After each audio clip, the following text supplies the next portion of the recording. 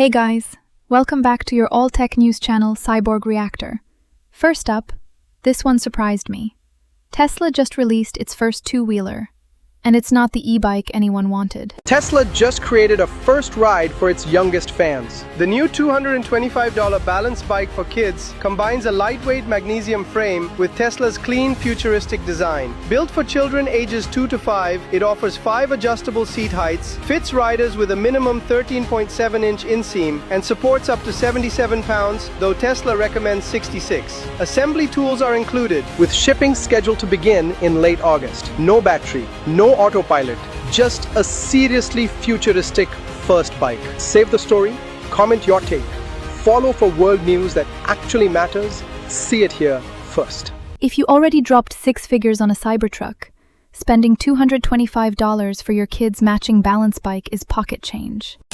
Believe it or not, Robotaxis are taking over the Las Vegas Strip, and Amazon Zoox is actually offering rides to the general public for free. This self-driving taxi is offering free rides on the Las Vegas Strip. Meet Zoox. It's Amazon's fully autonomous company with vehicles designed from the ground up. But here's the crazy part. Unlike competitors like Waymo and Tesla, who modify existing cars by adding sensors and software, Zoox designed their vehicles entirely from scratch, specifically for autonomous ride-sharing. They have no steering wheel, pedals, or traditional driver controls. It's pretty insane. The taxis can run for 16 hours on a single charge and reach speeds up to 75 miles per hour. Each vehicle packs 18 cameras, 10 radars, 8 microphones, and 4 thermal sensors for a complete 360-degree awareness. And the best part is, thanks to Amazon's deep pockets, the rides are free while the company scales. Right now, Zoox manufacturing facility produces 1 Robotaxi daily, with plans to grow to 10,000 vehicles annually. It's currently only available in Vegas and San Francisco, but they've started testing in Miami, Dallas, and Phoenix. Zoox is going all in on building purpose-built pods for the future. I think building a purpose-built vehicle with no front or back makes way more sense for a robotaxi. If you could only buy one health tracker, which one would you choose? And now I'm gonna try to sleep with this on. Welcome to the ultimate wearable showdown. For weeks, I wore 4 of the latest fitness trackers all at once to see which one is your ticket to better health. I went to Stanford Sleep Lab to do a clinical overnight study to find out which device was the most accurate. The Oura Ring 5. This model recently hit shelves and it's 40% thinner than the previous Ring, and I could really tell the difference. It was the only device that was spot on with resting heart rate compared to the Sleep Lab results. It also has something called symptom radar, which correctly predicted I was sick before I actually felt it. The main drawback is that if you stop paying for your membership, Oura locks up your biometrics and just gives you 3 basic scores. It was also the least accurate for heart rate readings during workouts. Then there's Whoop. I like that you can wear Whoop on different parts of your body. On the bicep especially, it was more accurate for workout heart rate tracking than the others. The downsides are that the Whoop requires a year-long subscription. Whoop was also the worst at distinguishing sleep stages, and it had trouble determining whether I was lying down in bed reading or actually asleep. The Google Fitbit Air. It's small and comfortable and was a close second in sleep accuracy to the Apple Watch. It had near perfect heart rate accuracy for indoor cycling, but outdoor activities easily tripped up the sensor. The $10 a month optional premium subscription gets you an AI health coach, and I didn't like that the AI latched on to certain details. The Apple Watch. The Apple Watch came out on top. It also excelled in heart rate tracking across different workout types, compared to a chest strap. It's also the only option for full privacy, with end-to-end encryption, so even Apple can't see your data. Now, the cons. Its app is really basic. You have to do a lot of the work interpreting the data yourself. And you have to charge the watch basically every day. Look, all of these trackers are great tools to help you spot changes over time. But remember, an app can't know how you feel inside your own skin.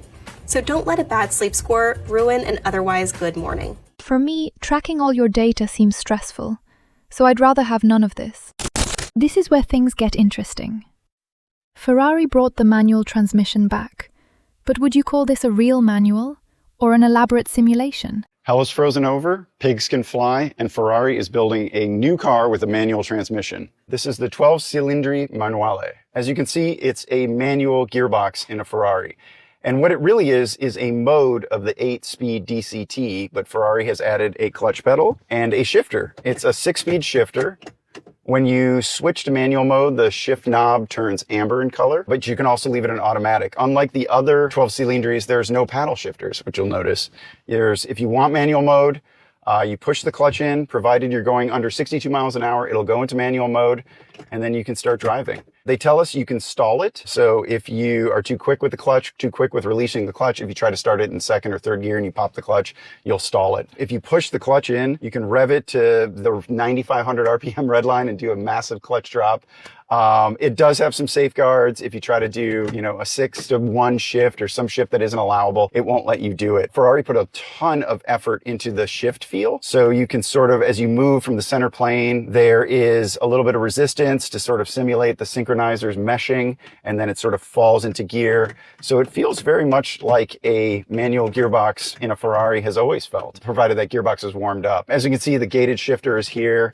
The clicks are very much here. Although the DCT is an 8-speed, you only get 6 speeds with the manual transmission, which lowers the top speed from over 200 miles an hour, I think 211 miles an hour in 7th gear at red line, to 6th gear, which is at the 9,500 RPM red line, to 196 miles an hour. So if you want to go just that little bit faster for top speed, you would switch it into the automatic mode. The Manuale goes on sale at the beginning of next year, at the beginning of 2027.